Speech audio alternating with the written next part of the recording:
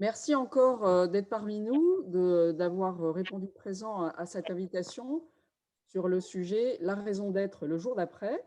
Peut-être quelques mots sur vos hôtes, puisque c'est deux cabinets qui vous proposent de partager cette heure d'échange sur le sujet de la raison d'être. Balthazar, tout d'abord, qui est un cabinet de conseil qui a été créé il y a 18 ans maintenant. La particularité du cabinet Balthazar, c'est d'accompagner les entreprises sur le sujet de leur transformation.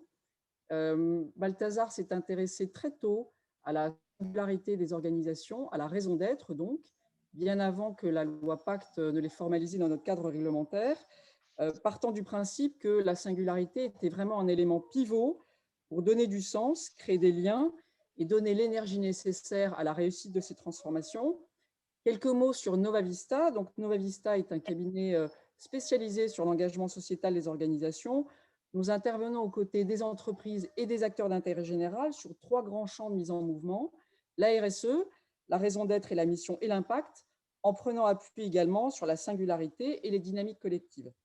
Donc, voilà pour vos hôtes. Alors, vous avez vu qu'on a pris l'option d'avoir un titre particulier, donc la raison d'être le jour d'après. Pourquoi ce titre? On aurait pu également vous proposer comme titre le premier jour du reste de votre vie ou c'est après que tout commence. En fait, pour deux raisons qu'il nous a semblé nécessaire de se rappeler collectivement. La première raison est que l'action, en fait, est consubstantielle de la raison d'être. La raison d'être consiste à ne pas subir son contexte, son environnement, mais à agir en cohérence avec les intentions et les ambitions du projet collectif pour, au final, contribuer à une forme de bien commun. La raison d'être appelle l'action, la proactivité. Il n'y a pas de raison d'être passive. La raison d'être permet de mettre des mots sur sa singularité, permet de se connecter à la puissance vitale de l'organisation pour orienter l'action et se connecter de façon durable au monde. Donc, on va dire que ça, c'est la première raison. Et la deuxième raison qui nous a semblé intéressante, c'est de se dire qu'il y a un temps qui est long, qui est celui de la co-construction, qui peut masquer la phase,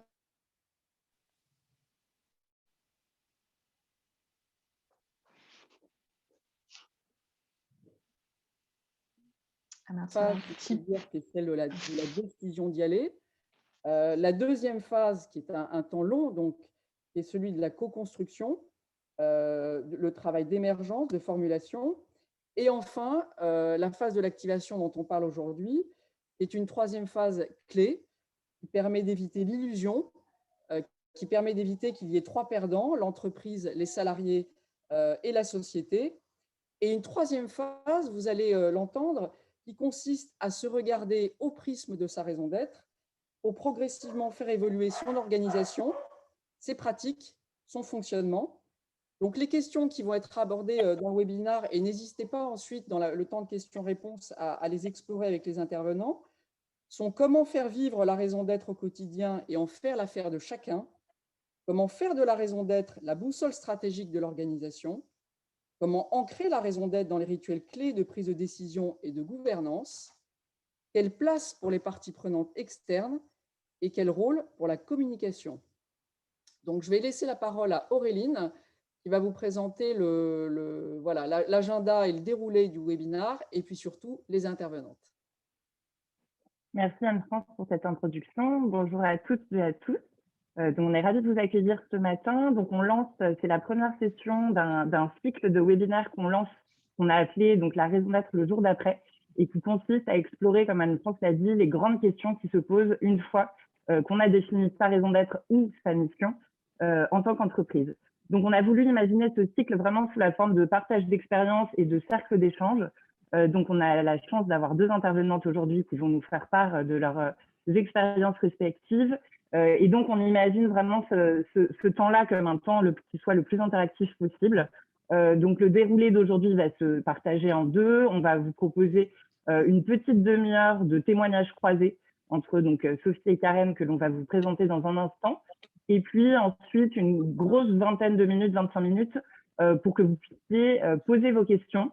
Donc, pour cela, on va vous proposer de vous connecter à Klaxoon, qui est un outil que vous connaissez, et peut-être certains qui ont déjà participé à nos webinaires ont l'habitude de l'utiliser. Donc, il vous suffit de vous connecter à l'adresse qui est sur l'écran et qu'on vous a remis normalement dans le chat. Vous n'avez pas besoin de vous créer de compte, vous avez simplement à rentrer le code qui est inscrit.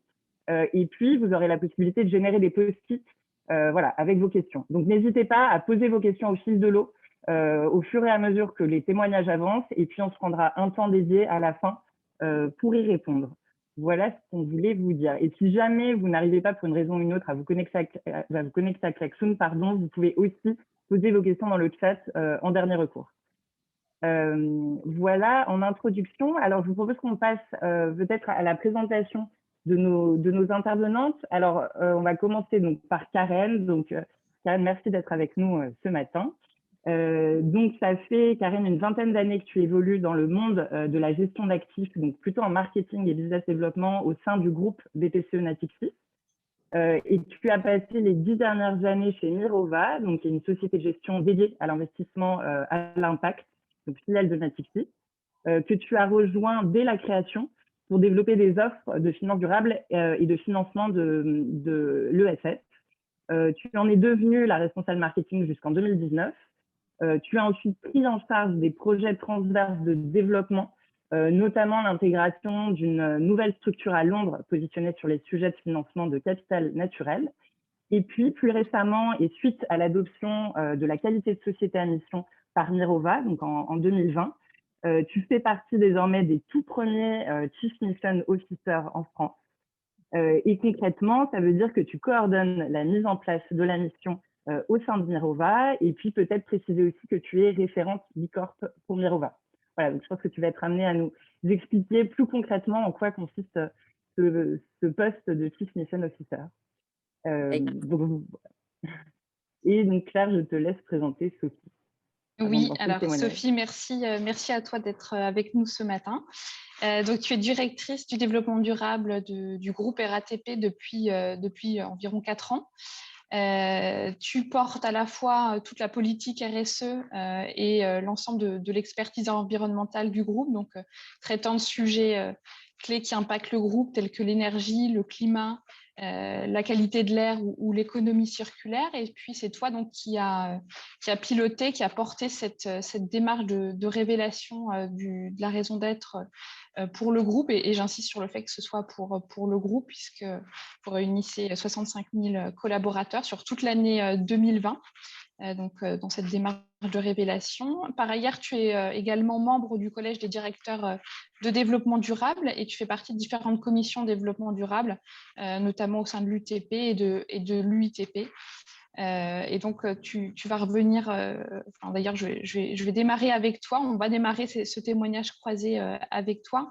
Toutes les deux, on aimerait commencer cet échange en revenant finalement, pour me donner un peu de contexte à notre objet du jour, sur la raison pour laquelle vos entreprises, vos organisations se sont lancées dans ce chemin, quels étaient vos enjeux au départ, et puis qu'est-ce que la réflexion a pu apporter au bout du chemin.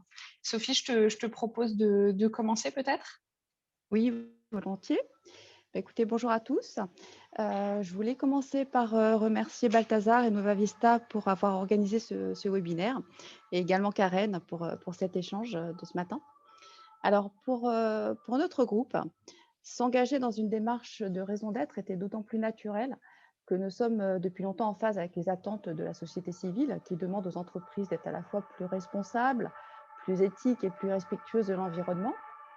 Et alors finalement que nos activités vont progressivement être ouvertes à la concurrence, nous voulions réfléchir à notre rôle demain dans la société et trouver un dénominateur commun.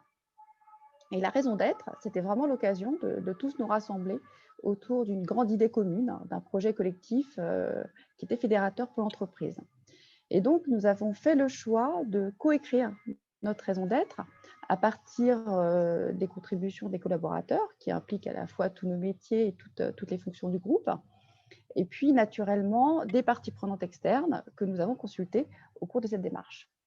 Et cette co-construction, elle est importante pour nous parce que nous sommes vraiment profondément convaincus, et vous le savez, qu'on n'invente pas la raison d'être, mais bien qu'on la révèle à travers à la fois un travail d'introspection qui était vraiment très important pour nous, pour creuser et bien connaître l'ADN du groupe, et puis tout un travail de projection pour savoir quelle pourrait être la contribution du groupe au bien commun et son futur désirable. J'aime beaucoup cette expression. Et le résultat, c'est une raison d'être qui est axée sur la qualité de vie en ville, sur l'inclusion, comme vous pouvez le voir sur les slides. Et cette notion de qualité de ville, elle recouvre plusieurs enjeux que le groupe entend adresser. Alors le premier, c'est vraiment de rendre la ville toujours plus agréable à vivre, améliorer la qualité de l'air, on en parle beaucoup en ce moment, réduire l'impact climatique des déplacements, favoriser la biodiversité, et puis également rendre la ville accessible à tous, plus inclusive, en proposant une multitude de services innovants, et puis en s'adaptant au territoire. On a un ancrage territorial extrêmement fort au niveau du groupe RATP. Et donc, le groupe RATP, il conçoit également des espaces urbains qui mixent les usages et contribuent au dynamisme des villes. Et c'est tout cela que l'on entend quand on évoque le fait de s'engager chaque jour pour une meilleure qualité de ville. Voilà. Là, on ne t'entend pas. Oui, je remercie Sophie. Je proposais à Karen d'enchaîner sur voilà, le pourquoi de la réflexion qui a été menée chez Mirova et à quels enjeux la réflexion répondait. Merci à toutes pour l'invitation.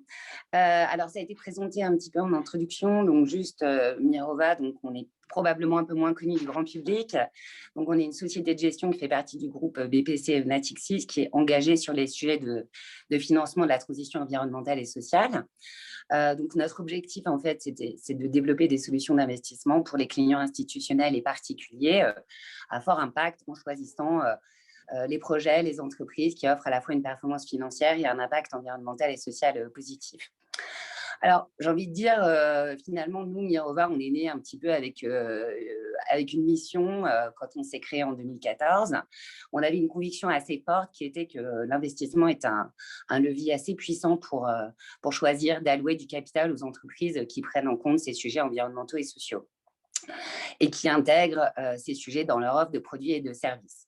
Alors, en 2014, lorsqu'on a créé notre structure à partir de collaborateurs du groupe, la mission ou la raison d'être, en tout cas la loi Pacte, on y reviendra peut-être tout à l'heure, n'existait pas, mais on a suivi de très près les travaux qui ont été faits par la chaire gouvernance de l'école Mines Paris Tech et qui a infusé, je dirais, fortement influencé la création de la loi Pacte. Donc, au moment de la création finalement de la société à mission et donc avec bien sûr la définition de la raison d'être, il nous a paru assez naturel finalement d'adopter ce choix et de formuler, de révéler, comme le disait Sophie, notre raison d'être. Alors, on a choisi, nous, de mener deux sujets en parallèle. Obtenir le statut de société à mission, ce qui veut dire, dans un premier temps, définir notre raison d'être et nos objectifs, et en parallèle, d'entamer une démarche de labellisation, certification du label B Corp, mais je pourrais y revenir un peu plus en détail. Alors, quels étaient nos enjeux ? Donc, il s'agissait en premier lieu de formaliser en fait cet engagement. Et je dirais à un moment assez clé du développement de notre entreprise, à savoir un contexte que l'on a depuis 2 ans d'une croissance extrêmement forte, avec l'arrivée de nouveaux collaborateurs qui aspirent à comprendre le sens et les valeurs de notre structure et qui n'étaient pas forcément là au moment où on a créé la structure. Et donc, on avait besoin, c'était à la fois un exercice de formalisation et de transmission. Donc, un peu comme pour la RATP, comme Sophie l'a décrit, l'exercice de rédaction était extrêmement important pour nous. C'est un moment collectif qui a duré 9 mois.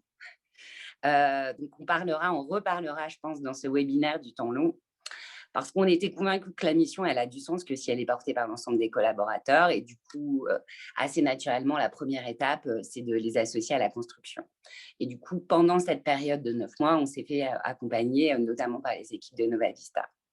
Alors, la mission, vous l'avez vous l'avez à l'écran. Alors, on ne sait pas faire court hein, chez nous. Donc, on a une mission assez longue. Je vais essayer de vous donner un peu la substantifique moelle. La finance, effectivement, est un formidable outil de transformation économique vers des modèles qui respectent notre environnement, la biodiversité, et d'une part s'inscrit bien sûr dans une société qui a vocation à favoriser l'inclusion sociale, la santé de la population, le bien-être des populations. On a été pionnier de ce mouvement avec d'autres pour porter ces sujets de finances durables dans l'ensemble de notre écosystème. Et le point clé, c'est vraiment la recherche de concilier à la fois performance financière et performance sociétale et environnementale dans les entreprises qu'on finance. L'idée sous-jacente, c'est de se dire que finalement, les entreprises qui ont intégré ces enjeux de développement durable sont en train de se construire un avantage concurrentiel et donc vont également porter cette réussite économique. À côté de la mission, on a 5 objectifs statutaires. Un premier qui correspond à nos produits, faire de l'impact positif. Un deuxième qui correspond à notre expertise, c'est-à-dire approfondir ces enjeux de développement durable et les partager dans l'ensemble de l'entreprise. L'innovation dans notre manière de concevoir des produits et dans notre approche vis-à-vis de nos parties prenantes et notamment vis-à-vis de nos clients. Un quatrième pilier qui est plus notre engagement pour porter ces sujets auprès de l'ensemble de notre écosystème. Et enfin, appliquer à nous-mêmes les sujets environnementaux, en tout cas les best practices environnementales et sociétales qu'on défend. Donc, c'est, je dirais en résumé, la RSE au niveau de Mirova. Voilà. Merci Karen, merci à toutes les deux pour cette première séquence de réponses qui est déjà, je pense, très riche. Ce qu'on peut retenir peut-être en vrac, il y aurait sûrement d'autres choses en ligne de force, je trouve qu'il y a un enseignement marquant et qui est convergent pour vous deux, c'est de dire finalement la mission et la raison d'être se sont inscrites dans une forme de continuité et que vous avez toutes les deux dit c'était assez naturel finalement de faire cet exercice-là. Donc quand on réfléchit au jour d'après, c'est intéressant je pense de se dire finalement le jour d'après s'appuie peut-être un peu aussi sur le jour d'avant, il ne s'agit pas d'une révolution nette. Et puis, deuxième chose moi, qui me vient à l'esprit en vous écoutant, c'est que vous avez toutes les deux insisté sur la dimension collective de la démarche. Et là encore, on peut se dire effectivement, la construction de la raison d'être de la mission s'est fait en collectif et ça nous donne aussi probablement un éclairage sur comment est-ce qu'il faut que le jour d'après se construise avec ce même collectif. Alors, seconde question que on souhaitait vous poser à l'une et à l'autre, un peu autour des grands enseignements de cette démarche, de cette réflexion d'élaboration de la mission et de la raison d'être. Qu'est-ce que ça a produit pour vous en interne? Quels ont un peu été voilà, les grands enseignements de l'exercice? Alors, est-ce que peut-être Sophie veut commencer? Oui, je remets mon micro.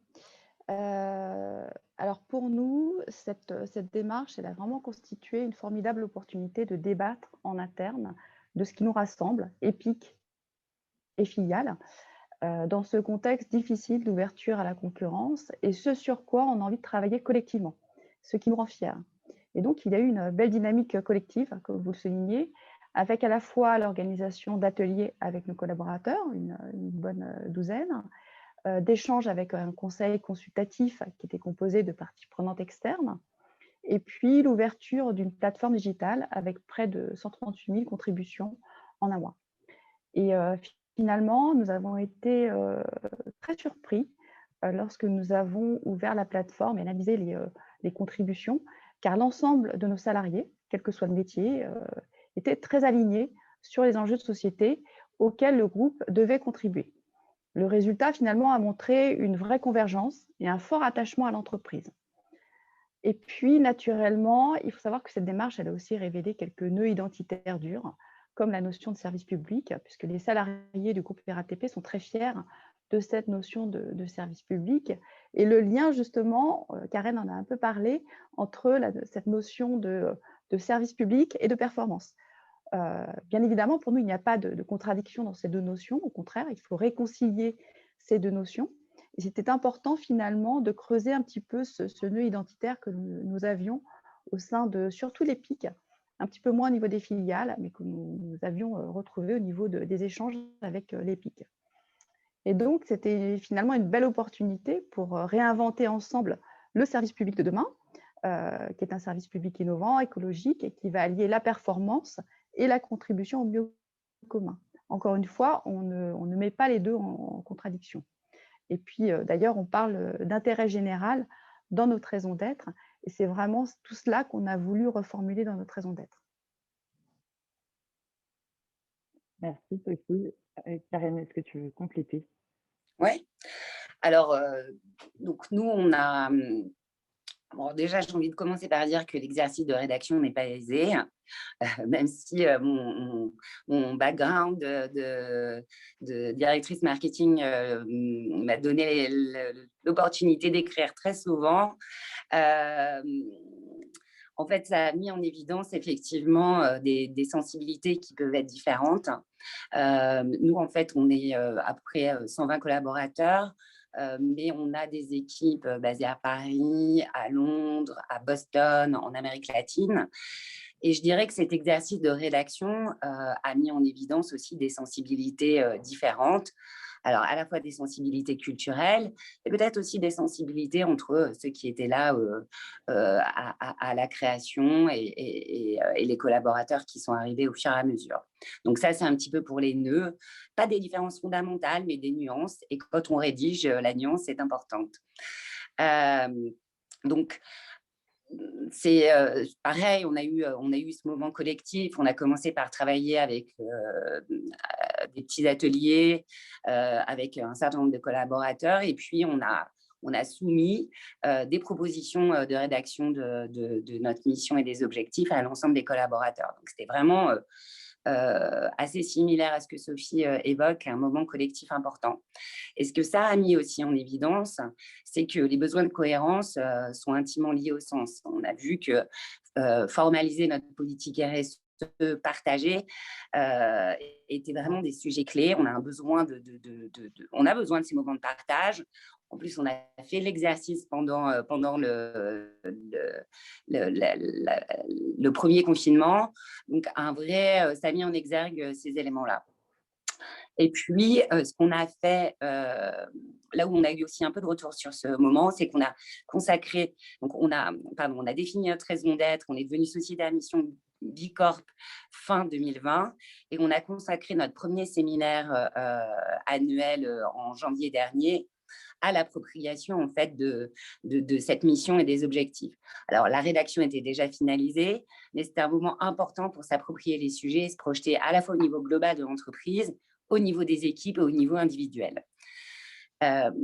Et un des enseignements qu'on a tiré, c'est que pendant ces échanges, on a sorti un besoin important, notamment des fonctions support qui ne sont pas chez nous. On a des gérants, ceux qui construisent et qui gèrent les produits financiers, qui sont très impliqués sur ces sujets-là. Les fonctions de support qui le sont aussi, mais qui avaient un peu plus du mal à se projeter. Et donc là, c'était un vrai travail de se projeter pour ces équipes, pour pouvoir incarner au quotidien et faire vivre la mission dans ces actions. Merci Karen. Ce que je retiens de vos deux interventions, c'est que dans cette démarche, vous avez utilisé le mot toutes les deux, une démarche de révélation de la raison d'être. Au-delà de révéler la raison d'être, c'est le pouvoir révélateur de beaucoup de choses qui sont déjà là au sein de cette réflexion, en fait, met à jour, met sur la table. Sophie, tu as parlé de nœuds identitaires, oui.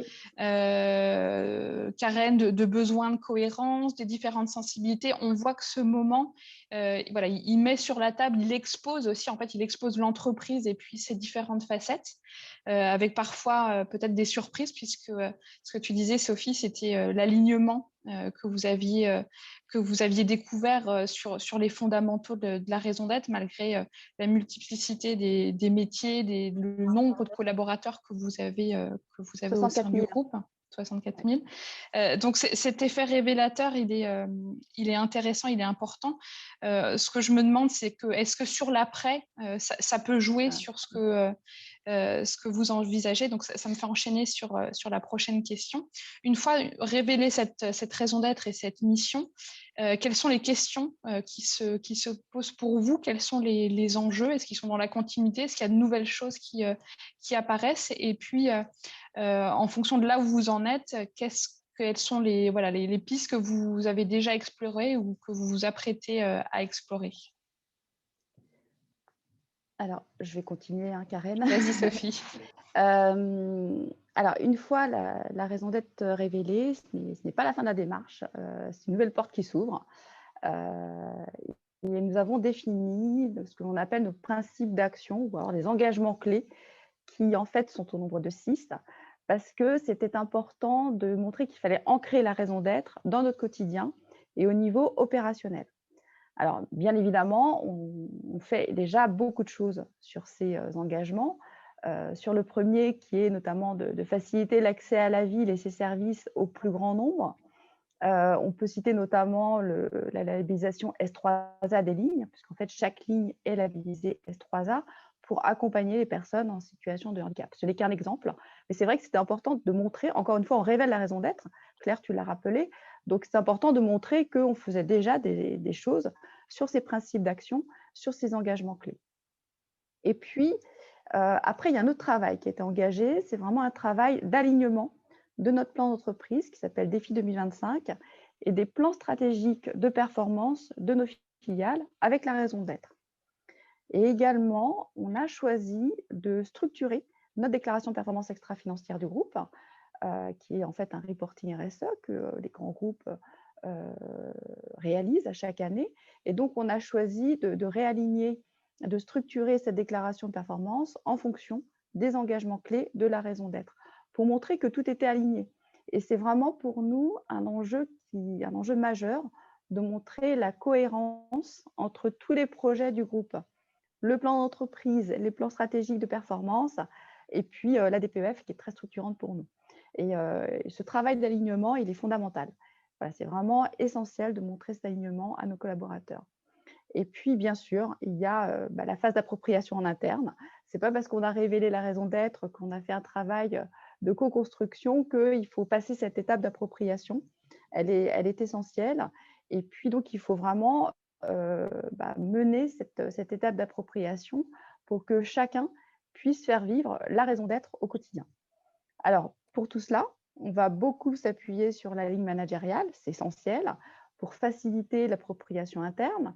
Et puis, on va mettre pour cela à leur disposition une boîte à outils pour communiquer en interne et se positionner également par rapport aux engagements clés qui ont été définis. Se dire, puisqu'on a telle raison d'être, puisqu'on a tel engagement clé, eh bien, ça signifie que dans mon quotidien, je vais mettre en œuvre telle action ou telle autre. Et donc, ça, c'est vraiment une étape que l'on a engagée qui va se poursuivre pendant toute l'année 2021, sachant qu'on a pris 1 an à définir cette raison d'être après cette étape de co-construction dont je vous parlais. Et puis, il y a également une étape essentielle qui est de mettre en place la gouvernance dédiée, qui est importante, comme le choix d'indicateurs macro pour suivre finalement la bonne appropriation de la raison d'être au niveau opérationnel. Donc, vous le voyez, on a encore un petit peu de travail devant nous pour faire vivre cette raison d'être du groupe et puis la rendre finalement vraiment très concrète au quotidien. Merci Sophie. Même question, Karen, là où vous en êtes aujourd'hui, quelles ont été les grandes questions que vous êtes posées une fois cette mission révélée et puis les pistes que vous explorez? Alors, j'ai envie de dire, effectivement, à la fois le travail commence et en même temps, c'est important aussi de valoriser ce qu'on a déjà fait. Donc, c'est cet exercice-là qui est important aussi de projeter sur quels sont nos appuis, quelles sont nos bases, et d'avoir en fait la capacité à faire un état des lieux par rapport à l'ensemble de nos objectifs.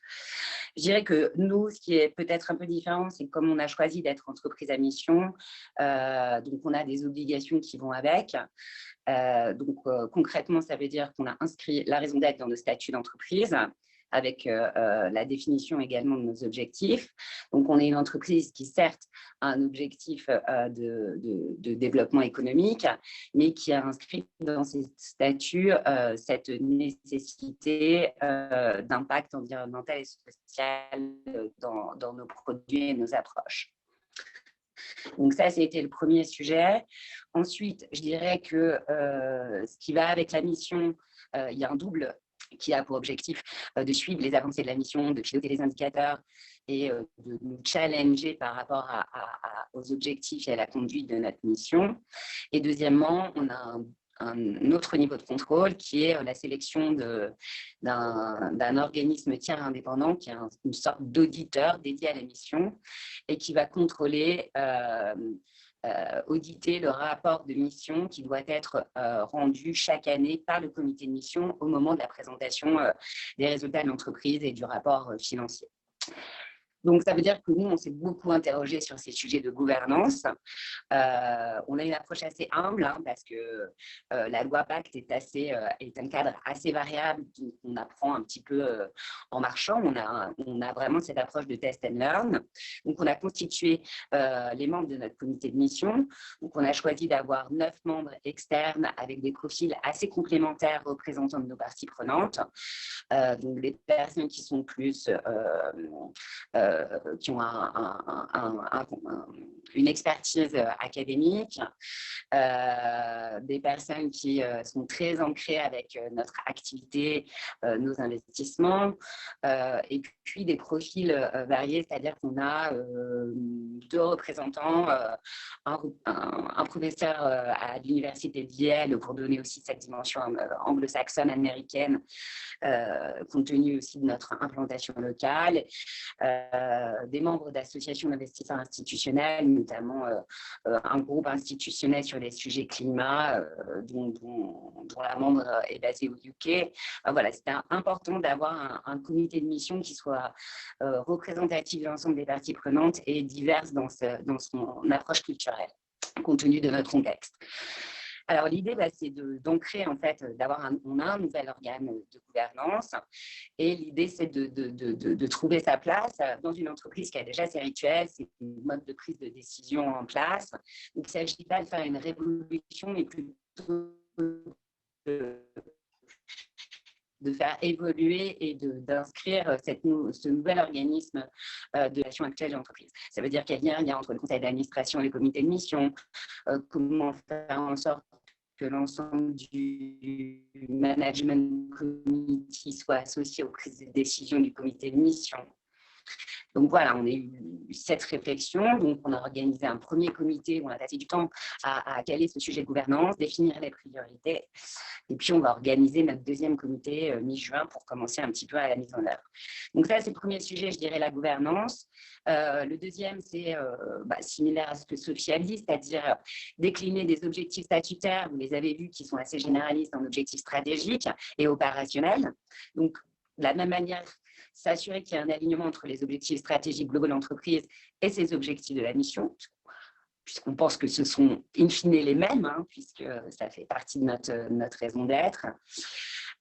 Décliner les objectifs opérationnels. Donc, on a rencontré l'ensemble des directeurs, faire remonter avec leurs équipes l'ensemble des sujets sur lesquels ils avaient envie de travailler et on est dans la phase vraiment de priorisation des enjeux stratégiques et de déclinaison des feuilles opérationnelles. Un point important, c'est comment mobiliser l'interne. Donc, on a voulu vraiment placer la mission au cœur de l'entreprise, s'assurer que tous les collaborateurs pouvaient y participer. Donc, on a des groupes de travail qui sont spécifiques à chaque métier pour faire avancer sur des sujets. Et l'idée, c'est que tous les collaborateurs puissent remonter aussi les sujets sur lesquels ils ont envie d'échanger. Préparer ensuite l'évaluation, j'en ai parlé. Donc, on est en plein processus de sélection de notre organisme tiers indépendant qui a pour objectif de contrôler tous les 2 ans, de faire l'audit de ce rapport annuel. Et puis la communication en interne, qui est vraiment un sujet important. Comment inscrire dans chacun des rituels de l'entreprise son rapport à la société de mission. Je pense que c'est le meilleur moyen pour que chacun s'approprie les sujets. Et comme Sophie le disait, ce n'est pas parce qu'on a révélé une société à mission que c'est nécessairement naturel pour l'ensemble des collaborateurs. Ça prend du temps, il faut vraiment s'inscrire sur ce temps long et prendre le temps aussi que chacune des équipes puisse se projeter dans ces sujets et les décliner de façon très opérationnelle. Merci. Voilà où nous en sommes. Merci Karen. Alors effectivement, je rebondis sur cette histoire de temps long qu'on a posé en démarrage en disant le temps long de l'élaboration de la mission de la raison d'être. Finalement, le temps long du jour d'après est aussi nécessaire parce qu'on ne s'approprie pas la raison d'être et la mission du jour au lendemain. Donc, il faut accepter que ça se fasse dans le temps, un temps qui soit plutôt long. Et puis, parmi les grands champs que vous investiguez en tant que société à mission et société à raison d'être, je pense qu'on peut retenir le côté alignement. C'est un mot que Sophie a beaucoup utilisé. Comment est-ce qu'on aligne finalement tout ce qu'on fait avec les raisons d'être? Là où Karen, toi, tu parles pas mal de déclinaison stratégique opérationnelle. Et donc, nous, l'image qu'on aime bien dire, c'est finalement la raison d'être de la mission, ce sont un peu des nouvelles lunettes à travers lesquelles on va regarder l'ensemble des dimensions de l'entreprise. Et donc, c'est comment est-ce qu'on s'assure que tout ça est bien cohérent et que la raison d'être et la mission viennent bien irriguer les différentes dimensions de l'entreprise. Deuxième champ sur lequel vous travaillez, c'est celui de la mobilisation. Vous avez toutes les deux parlé de comment est-ce qu'on fait s'approprier la raison d'être de la mission par l'ensemble des collaborateurs, par des rituels, par de la communication interne, etc. Et puis, peut-être un troisième champ qui nous semblait important, c'est celui de la gouvernance. Comment est-ce qu'on s'organise en termes de gouvernance pour avancer sur le chemin de la raison d'être et de la mission, à la fois avec des organes de gouvernance dédiés, donc Karen en a parlé, et puis aussi en se dotant d'indicateurs qui vont nous permettre de piloter les avancées. Donc, merci pour ce troisième temps de réponse. Alors, peut-être juste avant de passer aux questions-réponses avec les participants, on aurait bien aimé que vous nous partagiez chacune un peu un mot de la fin. Et puis, c'est l'intérêt aussi de ces témoignages croisés, de vous faire rebondir l'une et l'autre sur vos témoignages respectifs. Donc, voilà, donc en ayant écouté le témoignage de Karen, Sophie, que te vient-il à l'esprit? Et inversement, c'est Karen. En fait, on voit clairement à travers les propos de Karen que nous avons emprunté des chemins un peu différents pour révéler notre raison d'être, mais finalement, le cadre conceptuel il est le même. Et puis, on voit l'importance de la co-construction. Voilà, on a mis toute l'année 2020 à co-construire cette raison d'être dans une période qui n'était pas facile.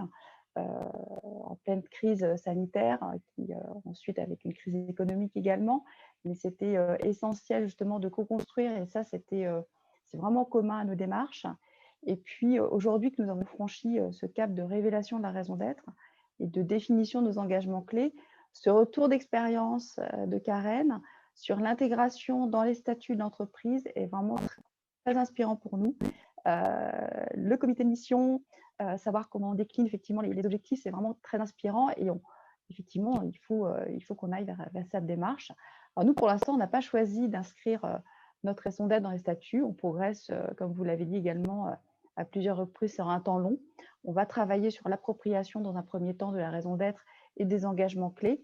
Et puis ensuite, on aura cette réflexion qui viendra sur une étape suivante. On est encore vraiment toujours sur ce temps long évoqué à plusieurs reprises dans les propos de Karen et les autres. Merci Sophie. Karen, je te laisse conclure. Je disais, ce qui est intéressant dans le témoignage de Sophie, c'est de voir comment la raison d'être est un outil en fait pour passer à un moment clé de l'entreprise, qui est l'ouverture à un contexte international. C'est ce que je retiens de la démarche RATP et je pense que c'est là où la raison d'être prend tout son sens. Bien sûr, c'est important de donner la cohérence à l'ensemble de l'entreprise et des collaborateurs. Moment aussi de transformation profonde de l'entreprise. Merci à toutes les deux.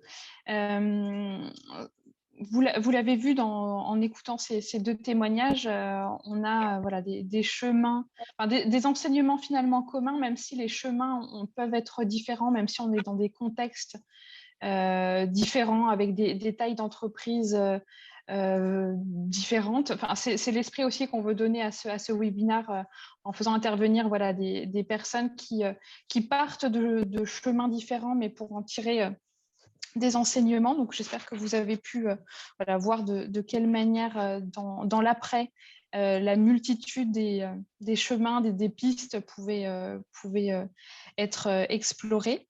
Ce que je vous propose, c'est qu'on passe au temps de questions-réponses. Je vais réafficher notre lien pour le klaxon.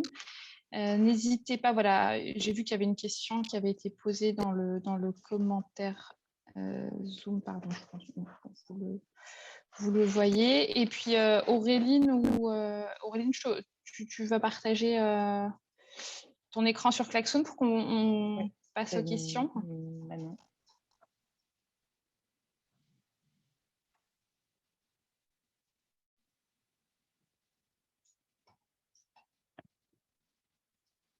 Alors, Sophie et Karen, on vous laisse peut-être quelques secondes pour que vous puissiez prendre connaissance de tout ce qui a été posé. Et puis, quand vous, voilà, si vous voyez une ou des questions qui vous interpellent, sur lesquelles vous avez envie de commencer à répondre, on vous laisse vous lancer. Moi, j'en vois une qui est intéressante parce que j'en ai pas parlé. C'est comment pilotez-vous la raison d'être en interne, est-ce qu'il y a des sponsors? Donc nous, effectivement, on a mis en place un comité raison d'être qui était composé de différents membres de la direction générale pour venir travailler avec nous, d'une part, en atelier sur la définition de la raison d'être, et puis ensuite suivre son appropriation en interne. Et puis on s'est reposé également sur 3 sponsors. C'est notre directrice à la stratégie et au développement durable, notre directeur des ressources humaines et notre directrice de la communication. Et c'était important d'avoir ces 3 sponsors qui étaient très mobilisés pendant toute l'année 2020, justement, pour travailler avec nous, rebondir sur les contributions internes et avoir toujours cet échange constant entre les collaborateurs et la direction générale, avoir ce lien constant qui s'est établi. Et c'est vraiment extrêmement important. Et donc, on va maintenir ce lien, ce comité raison d'être, quand on va faire vivre cette raison d'être en interne. C'est extrêmement important. On l'a dit tout à l'heure, une fois qu'on a révélé la raison d'être, c'est vraiment une porte qui s'ouvre. On n'a pas terminé. Au contraire, on continue. Et donc, c'est important d'avoir ce soutien au niveau de la direction générale qui était très fortement mobilisée, même pendant cette période très difficile où les transports publics, finalement, ils ont subi de plein fouet la crise sanitaire, avec une perte de recettes, un accroissement des dépenses, un trafic amoindri, mais ils étaient présents, ils étaient là en atelier. Je crois que Claire, elle peut en témoigner, puisqu'on a eu un accompagnement de Balthazar pendant toute cette année 2020. Et c'était important qu'ils soient présents, justement, et je pense que ça leur a fait du bien également. Je pense que c'était également important pour eux de pouvoir contribuer à cette raison d'être.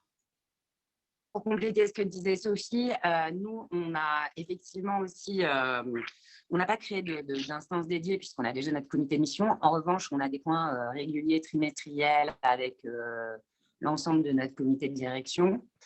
Et moi, en tant que coordinateur de la mission, je suis pleinement intégrée à dans l'équipe RSE, Transformation et Culture. Donc, on a rattaché en fait la mission dans notre organisation à cette direction RSE, RH et culture, avec des liens très réguliers avec le comité de direction. Et après, on a monté une équipe projet avec qui m'aide en fait, qui m'aide à animer la communauté, qui sont plutôt des personnes opérationnelles majoritairement et qui ont vocation aussi à quelque part être des ambassadeurs de la mission dans leurs différentes équipes. Et puis après, on a des sponsors, mais identifiés sur des projets très spécifiques. Très bien, très clair, merci. Alors, donc ça, c'était la partie plutôt pilotage, organisation interne de la mission. Je vois qu'il y a plusieurs questions aussi autour des parties prenantes externes et notamment du comité de mission ou du comité de parties prenantes. Donc, l'une et l'autre, je vois des questions sur voilà, comment est-ce que vous avez choisi les personnes qui font partie de ces comités et quel type d'interaction vous entretenez avec eux. Donc, peut-être qu'on peut partir sur ce champ-là, si ça vous va. Question assez précise sur la rémunération aussi du comité des parties prenantes. Ah. Alors, nous, en fait, dans le cadre des travaux menés sur la raison d'être, nous avons souhaité faire appel en fait, à des personnalités, nos expertises, les expériences et les points de vue nous paraissaient utiles pour enrichir notre réflexion en apportant un éclairage externe qui était essentiel, même si notre souhait initial, c'était vraiment de faire cette démarche pour le grand interne. Encore une fois, on est vraiment dans une période de transformation profonde de l'entreprise et c'était important de mener cette démarche pour l'interne, mais ça ne nous empêchait pas justement de consulter l'externe.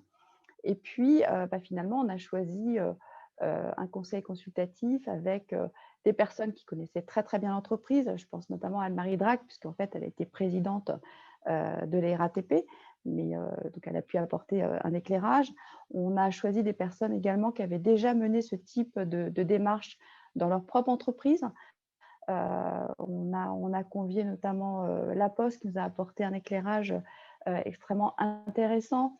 On a convié Engie, on a convié Orange qui est également venu nous faire part de son expérience.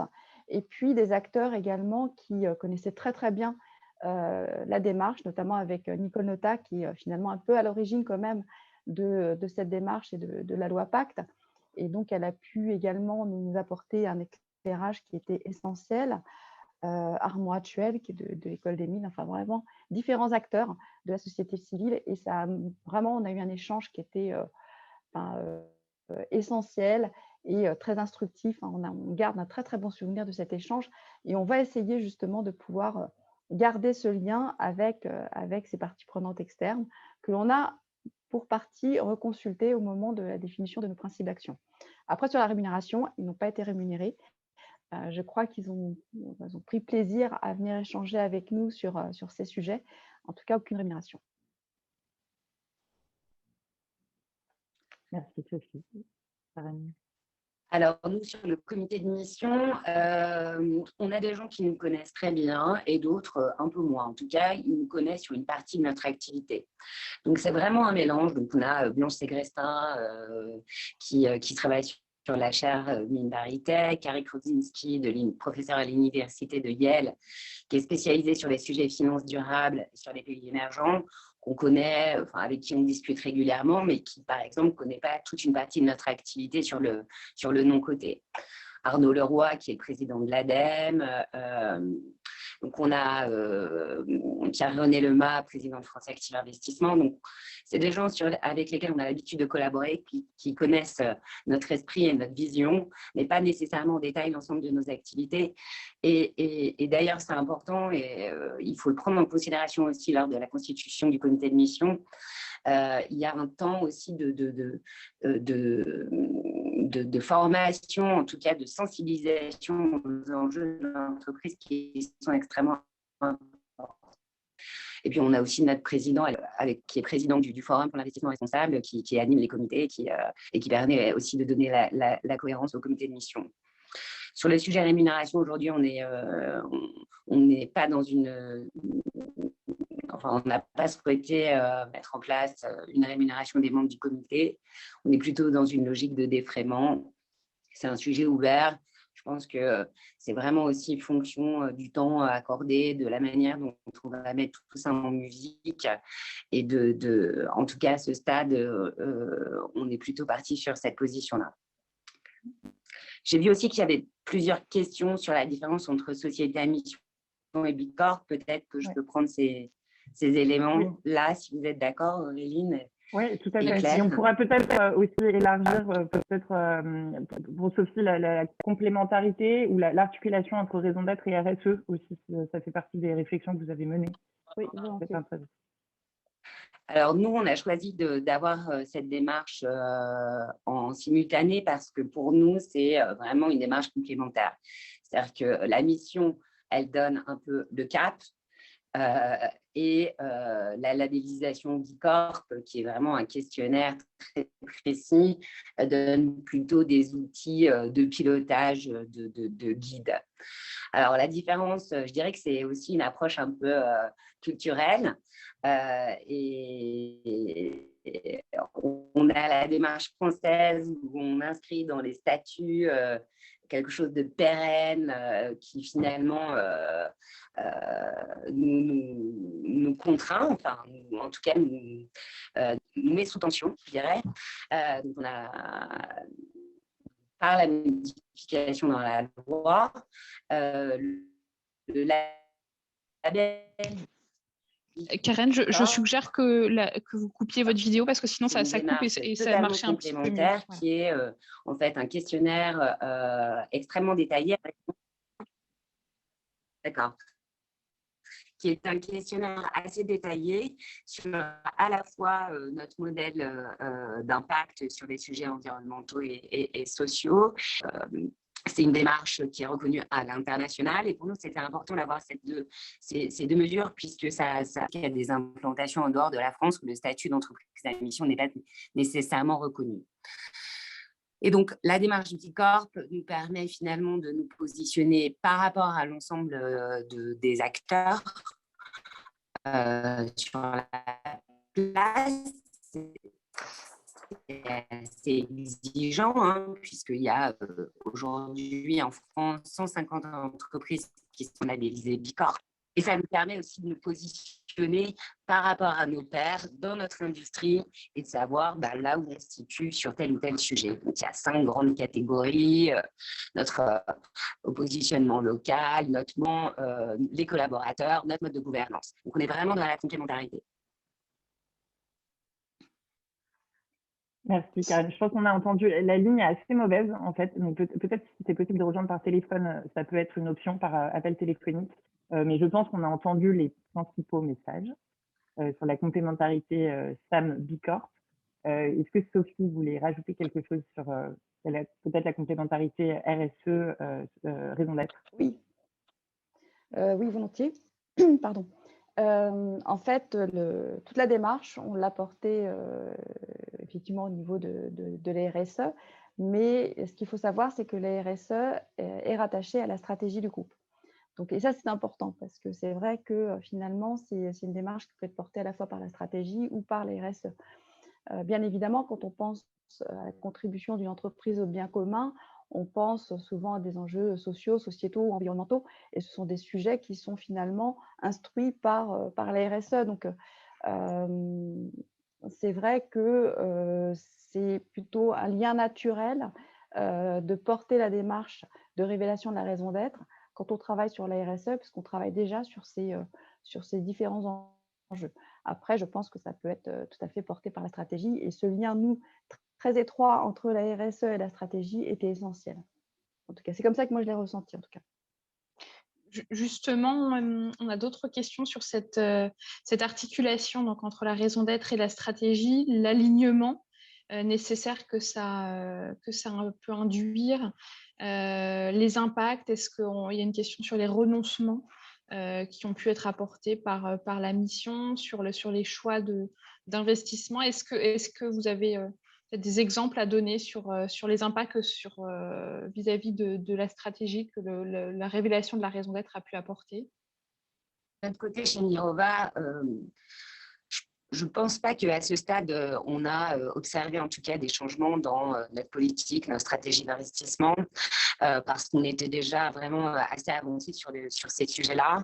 En revanche, je pense que ça nous pousse à explorer encore plus peut-être de nouveaux secteurs. Il y a un exemple qui me vient en tête. On a une réglementation qui est mise en œuvre, enfin qui doit être mise en œuvre depuis le début de l'année et qui nous oblige à nous positionner sur des niveaux d'impact qu'on a envie d'atteindre. Donc en gros, il y a 3 catégories. Pour ceux qui connaissent les sujets, c'est la réglementation SFDR qui nous oblige à expliquer comment on prend en compte ces sujets environnementaux et sociaux dans nos processus d'investissement. Eh ben, je pense que le fait d'être entreprise à mission et d'avoir formulé notre raison d'être fait qu'il n'y a eu absolument aucun débat sur le fait qu'on devait être positionné sur la catégorie la plus forte en termes d'impact. Et clairement, dans notre réflexion, dans la structuration des produits, on a ce sujet en tête. C'est vraiment un outil au quotidien en se disant de toute façon, aujourd'hui, il n'y a pas de débat sur ce sujet. On est société à mission, ça fait partie de notre objectif. Ça n'aurait pas nécessairement été le cas précédemment. On aurait eu probablement plus de discussions. Pour donner un exemple concret. Merci Karen. De notre côté, juste pour rebondir, alors on vient de révéler notre raison, enfin on a révélé en début d'année notre raison d'être, on a travaillé, je vous le disais, hein, sur les principes d'action, les engagements clés, donc ça a pris un petit peu de temps. Donc aujourd'hui, effectivement, on est en train de travailler sur l'appropriation et la mise en œuvre au quotidien, l'ancrage au quotidien de cette raison d'être et des engagements clés. On sait que ça peut nous amener à faire des renoncements. C'est important de l'avoir en tête, parce que quand on met en œuvre les principes d'action, c'est qu'on s'engage et donc ça nous amène à faire des renoncements. On sait que ça va influer sur un certain nombre de processus internes, les processus notamment d'investissement et d'autres d'ailleurs, les processus de réponse aux appels d'offres. Donc tout cela, effectivement, c'est quelque chose que l'on va suivre au jour le jour et on fera justement chaque année un espèce de reporting pour voir dans quelle mesure la raison d'être et ses principes d'action ont influencé nos choix et nos processus internes. Et ça, ça sera vraiment le retour que l'on aura peut-être en fin d'année, où il nous faut encore un petit temps justement d'appropriation et laisser le temps justement de mise en œuvre de ces engagements clés pour pouvoir avoir ce retour d'expérience. Alors, on arrive à la fin du webinaire, mais peut-être qu'on peut prendre une toute dernière question. Auréline, si tu en es d'accord, sur la question des collaborateurs. Oui, effectivement. Et puis, toutes les questions auxquelles on n'aura pas répondu, de toute façon, on les consigne bien et puis on tâchera d'y répondre dans les prochains webinaires qu'on organisera dans le cadre de ce cycle. Donc, peut-être pour conclure, en haut à droite du panneau, toute une série de questions autour de l'accueil qui a été fait par les collaborateurs, de la raison d'être ou de la mission. Est-ce qu'ils attendent la suite? Comment est-ce qu'on mesure l'adhésion des collaborateurs? Comment est-ce qu'on fait en sorte qu'ils s'approprient la raison d'être ou la mission? Donc, l'une et l'autre, qu'est-ce que vous auriez envie de partager autour de ces sujets en cette fin de webinaire? Alors, nous, quand on a lancé la démarche, on a fait beaucoup de communication parce que la raison d'être, ce n'est pas un concept qui est facile à comprendre. Et donc, c'était important justement de communiquer sur ce qu'est une raison d'être, quelles sont les limites, ce qu'on allait faire. Donc, il y avait vraiment tout un volet de communication justement pour faciliter cette compréhension de la raison d'être et la manière dont on allait la révéler. Ce n'était pas justement un objet de communication, ce n'est pas un slogan, tout cela, il fallait le dire. C'était important parce que c'est vrai qu'initialement, on a toute une part des salariés qui nous disaient bon, bah, c'est un outil de marketing. Non, ce n'était pas un outil de marketing, ce n'est pas un slogan. Et ça, on l'a dit dès le départ.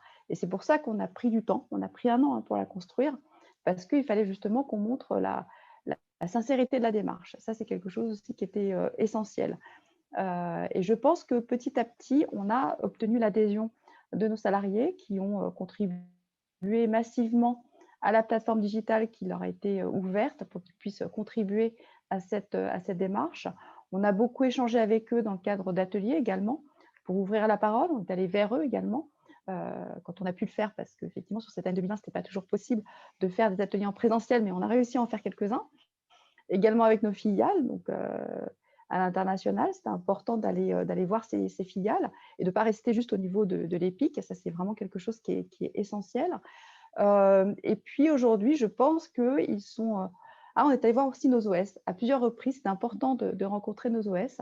Je voulais le souligner parce qu'ils ont apporté énormément une forte contribution. J'ai beaucoup aimé ces échanges avec les OS, c'était quelque chose d'essentiel. Et d'ailleurs, souvent, quand on parle de définition de la raison d'être, on nous pose cette question de savoir si on a rencontré nos OS. Oui, on a rencontré nos OS et on a eu des échanges extrêmement intéressants et enrichissants. Et donc, je pense qu'ils étaient conscients qu'il y avait une démarche qui était sincère. Et aujourd'hui, il faut finalement montrer, encore une fois, la cohérence entre tout ce que l'on fait, l'alignement entre toutes les démarches, et puis surtout ancrer la raison d'être dans notre quotidien. Vous parliez justement des renoncements, peut-être qu'il faudra faire des renoncements pour montrer qu'on applique véritablement cette raison d'être et continuer à montrer que cette démarche, elle est sincère. Donc voilà.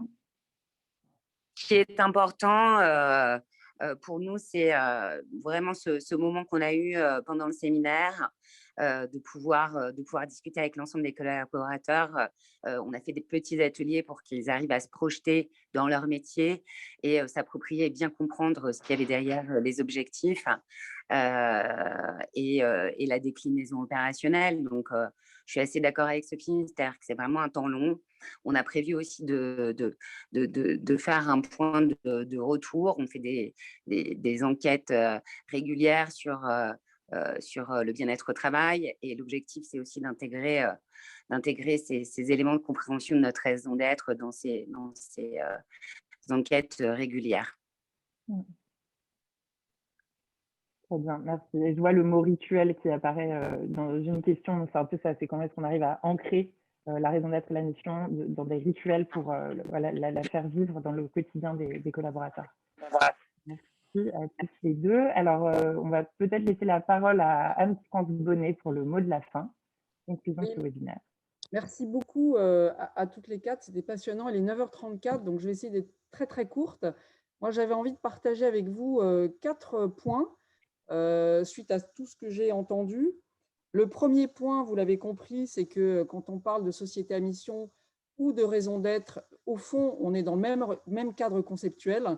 Une société à mission va s'attacher à définir sa raison d'être et les objectifs associés quand l'entreprise qui se dote d'une raison d'être se dote en même temps de principes ou d'objectifs associés. Si on n'a pas ces principes ou ces objectifs associés à la raison d'être ne sera pas activable. Donc ça, vous l'avez tous compris. Et puis un point intéressant aussi que vous avez dû sentir dans les propos de Karen et Sophie, c'est que du côté de la société à mission, on a bien un double niveau de contrôle qui met en tension l'entreprise d'une façon peut-être plus accélérée. Il y a un attendu qui est plus fort.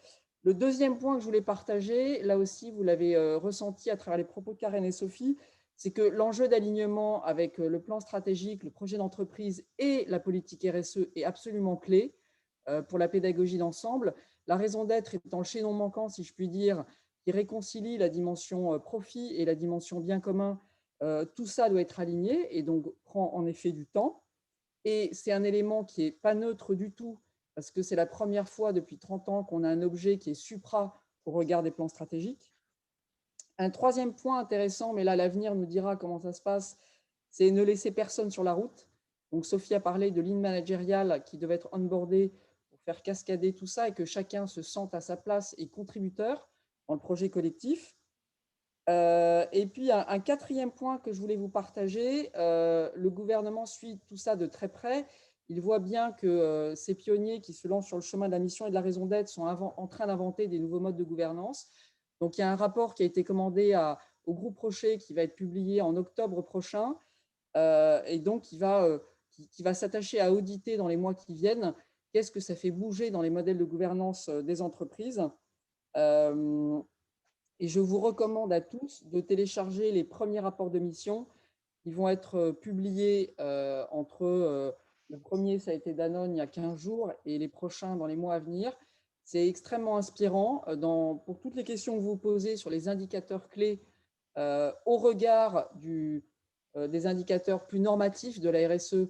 Vous aurez certainement beaucoup de réponses à vos questions. Donc voilà, j'aurais peut-être plein d'autres points à vous partager, mais on n'a plus trop le temps. En tout cas, merci encore à tous d'avoir été parmi nous et merci à nos intervenantes et à nos animatrices Auréline et Claire. Un grand merci Sophie et Karen et merci à tous d'avoir été là ce matin. Merci beaucoup.